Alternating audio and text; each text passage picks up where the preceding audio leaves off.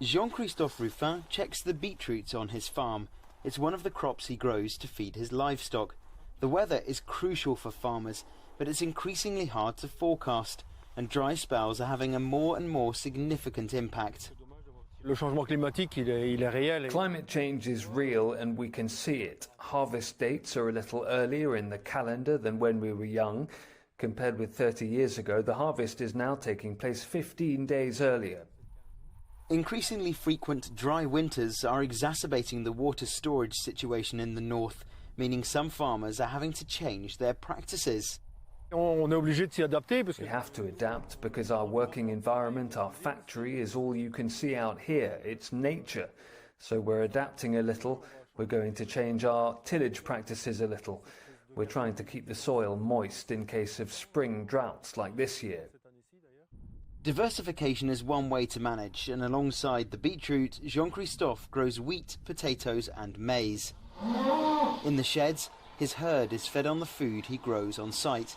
These cows produce milk for market, and he also raises chickens for meat. The north is one of the wettest regions in France, but even here they're starting to see the impact of increased winter and summer droughts. This area of France is border country. Belgium is just a couple of kilometres away. It's a heavily populated area with a growing number of houses and widespread industry using huge quantities of water.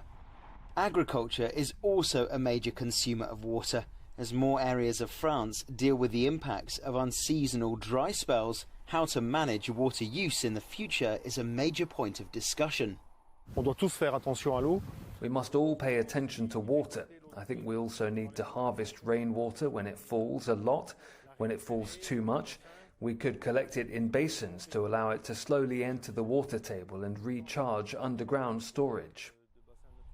Another impact of climate change is that the regularity of the seasons is changing.